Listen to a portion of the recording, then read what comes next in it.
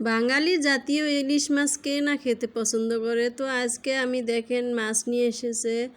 Hello everyone, আসসালামু আলাইকুম। আশা করি আপনারা ভালো আছেন। আজকে দেখেন ইলিশ মাছ নিয়ে এসেছে, কারণ ইলিশের মৌসুম, সবার ঘরে ঘরে ইলিশের নাকি দাম কমছে।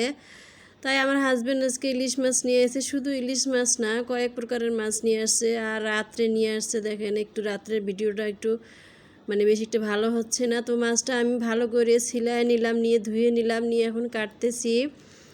তো এভাবে কাটলে মাছটা হয় কি, ভালো করে ধুয়ে ছিলিয়ে নিলাম, তা আবার একটা ধোয়া দেব। আর মাছের ডিম আছে দেখেন, যেহেতু 3টে মাছ, বড় মাছটাই আমি কাটতেছি। তো মাছের ডিমগুলো ভিতরে ভিতরে পিছে পিছে রেখে দিব, কারণ এটা আমার ছেলেটা খেতে খুব পছন্দ করে। মাছের ভিতরের ডিমটা দেখতেও সুন্দর, খেতেও ভালো লাগে, ও অনেক খুশি হয় এই মাছের ডিম মাছের পেটের ভিতরে থাকলে। তাই আমি এটা খুললাম না। তো মাছটা কেটে নিলাম আর দেখেন সুন্দরভাবে করলাম। আলতো আছে, সুন্দরভাবে আস্তে আস্তে ভালো করে ধুয়ে নিব, যাতে মাছের ডিম খুলে না যায়। আর ভালো করে ধুয়ে নিয়েছি। এখন আমি পেঁয়াজ মশলা কষাইতেছি। এখন ইলিশ মাছের মধ্যে আমরা কোনো আদা রসুন কিচ্ছু দিই না, শুধু একটু জিরা বাটা আর কোনো কিছুই না, শুধু হলুদের গুঁড়ো, মরিচের গুঁড়ো, লবণ, পেঁয়াজ, রসুন টসুন কোনো কিছুই না। তো আজকে আমি ভিন্ন ধরনের একটু রান্না করব। আমার মাছ আছে এইভাবে রান্না করতে দেখেন। পেঁয়াজ ভেজে পানি তেলানি দিয়েছি, টকবগে বলক উঠেছে, তাই এখানে মাছটা ছেড়ে দিব। এই দেখেন মাছটা ছেড়ে দিলাম, মাছের ভিতরে ডিমও আছে।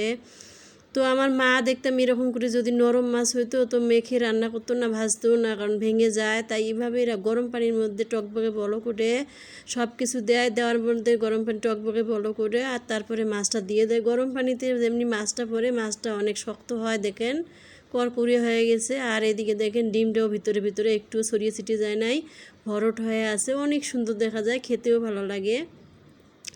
তো এই ধরনের কষিয়ে রান্না করলে অনেক ভালোই লাগে। তো গ্রামীণ অঞ্চলে আগেরকার মাছ চাষিদের আমি এইভাবেই রান্না করতে দেখেছি। তাই আমি আজকে মাছটা যেহেতু নরম ছিল এইভাবেই কষিয়ে রান্না করলাম। এখন দেখেন ঝোল কমিয়ে গিয়েছে, যে ঝোলটুক দিয়েছি একদম শেষ করে দিব, কারণ এর ভিতরে একদম ফুটে ফুটে পানিটুক খেয়ে ফেলবে, এমন অবস্থায় করতেছি। কারণ এই পানিটুক খেয়ে ফেললে লবণ ভিতরে ঢুকবে, কারণ এখানে আর একটু পানি দিব, ঝোলের পানি।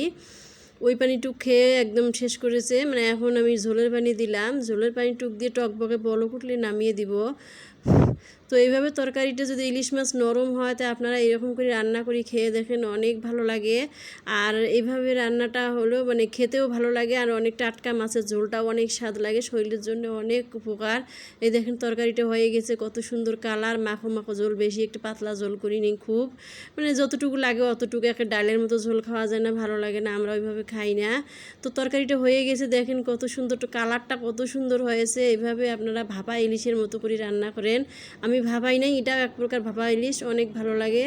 দেখেন আমার হাজব্যান্ডে খাইতে দিচ্ছে, উনি খাইতে দিচ্ছি, উনি অনেক মজা করে খাচ্ছে। এই আমার ছেলের খাবার বানলাম, ডিম সহ মাছ। তো দেখেন এখন খাওয়া শেষ। এখন দেখেন আমি মাছ দেখাইতেছি, কী কী মাছ নিয়েছে। পাবদা মাছ, চাপিলা মাছ, ইলিশ মাছ, মুরগি, তারপরে হলো রুই মাছ, এই যে রুই মাছ। তো রাত্রে আবার এগুলো ধুয়ে টুয়ে রাখলাম, অনেক কষ্ট হইতেছে। তো আজকের যাদের যাদের ভিডিওটা ভালো লাগবে একটু দেখবেন, দেখে লাইক কমেন্ট শেয়ার করবেন। আল্লাহ হাফেজ।